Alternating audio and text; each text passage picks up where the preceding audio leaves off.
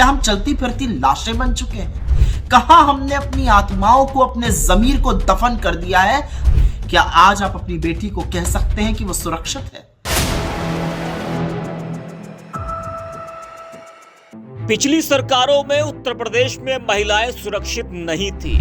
जब से भारतीय जनता पार्टी की सरकार आई है तो प्रदेश में गुंडा राज, माफिया राज, अपराध और महिलाओं के साथ हो रहे अत्याचार ये सब खत्म हो गया है। ये कहने वाले जरा कानपुर की घटना को देख लें। कानपुर क्या, तमाम ऐसी घटनाएं हैं जो प्रदेश में हर रोज घटित होती हैं। भले ही हम उसे नजरअंदाज करते हो, लेकिन जब कोई बड़ी घटना होती है तब हमारा ध्यान उस ओर जाता है और तब मन में यह आता है कि आज हमारे प्रदेश में ऐसी घटनाएं क्यों नहीं रुक रही हैं। सरकार कहां फेल साबित हो रही है। वादे तो बड़े बड़े होते हैं, लेकिन आखिरकार वो वादे फेल क्यों हो जाते हैं। एक बार फिर जब कानपुर की ये बड़ी घटना हुई, जहां घाटमपुर इलाके के एक गांव में ईंट भट्टे के पास एक खेत में दो लड़कियों के शव एक पेड़ से मिले। दोनों नाबालिग बहनों के शव मिलने से इलाके में हड़कंप मच गया। परिवार वालों का रो रो कर बुरा हाल है। परिजनों का आरोप है कि नाबालिगों के साथ कुछ दिन पहले भी बलात्कार किया गया था। अब आप सोचिए कितना सुरक्षित प्रदेश है जहां बेटियों के साथ कुछ दिन पहले भी बलात्कार हुआ था, उसके बाद अब इन दोनों बच्चों की लाश मिलना। इससे अंदाजा लगा सकते हैं कि दरिंदों में सरकार और पुलिस का कितना खौफ है। खौफ होता तो अपराध करने वाले लोग अपराध करने से पहले सोचते।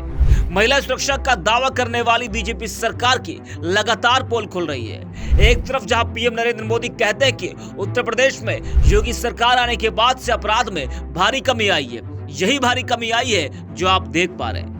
वही मुख्यमंत्री योगी आदित्यनाथ जी कहते हैं कि पहले हमारी बहनें और बेटियां सुरक्षित नहीं थी, यहां तक कि बैल भी सुरक्षित नहीं थे। आज ऐसा नहीं है। तो योगी जी कह तो रहे हैं, दावे तो कर रहे हैं, लेकिन हकीकत तो कुछ और ही है जो आपके सामने है। कानपुर में जो घटना हुई उसको लेकर कांग्रेस प्रवक्ता सुप्रिया सुले ने भाजपा सरकार पर जमकर हमला बोला है। एक्स पर पोस्ट करते हुए लिखा कि हद है हैवानियत की। एक औरत होते हुए जुबान लड़खड़ा रही है, रूह कांप जाए या पढ़कर। उत्तर प्रदेश के कानपुर में दो नाबालिग बच्चों की लाश पेड़ से लटकी मिली।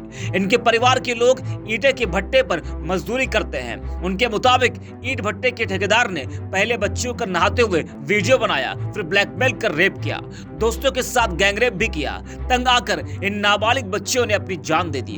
कहां है आक्रोश? क्यों नहीं लोग गुस्सा हैं? क्या इतना सड़ गल चुका है हमारा समाज? क्या मर चुके हैं लोग? क्या यह देश या दुनिया औरतों के लिए नहीं है? क्यों यह दरिंदे इस कदर बेखौफ हो गए हैं? यह खबर गायब क्यों है? कौन देगा जवाब? कौन करेगा इंसाफ? गरीबी की इतनी बड़ी कीमत कैसे हो सकती है? क्या यह एक औरत होने की सजा है? कब बनेगी नजीर कि अगर बेटी की ओर आंख उठाकर देखा तो अंजाम बुरा होगा? कब आखिरकार कब? क्या कुछ कहा सुप्रिया ने? आपको सुनाते हैं। हद है हैवानियत की। ये कहते हुए भी जुबान लड़खड़ाती है। ये खबर पढ़कर रूह कांप गई। असलियत यह है कि उत्तर प्रदेश के कानपुर में पेड़ की डाली से लटके हुए दो नाबालिग बेटियों के शव मिले।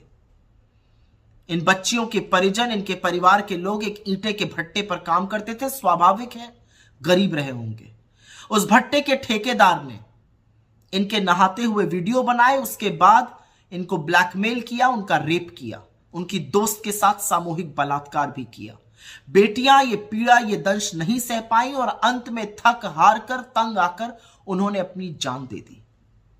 लेकिन कहां है आक्रोश? कहां है गुस्सा? कहां है घृणा? क्या इतना सड़ गल चुका है हमारा समाज? क्या हम चलती फिरती लाशें बन चुके हैं? कहां हमने अपनी आत्माओं को, अपने जमीर को दफन कर दिया है? आज सवाल इस बात का है, किस बात की सजा मिली इन बेटियों को? गरीब होने की? एक औरत होने की? कहां से आती है बेखौफी इन दरिंदों में कि वो ऐसा कर गुजरते हैं?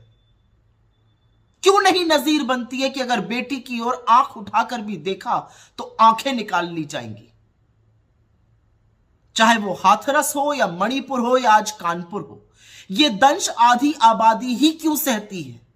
क्या ये देश, ये दुनिया बेटियों के लिए नहीं है, औरतों के लिए नहीं है?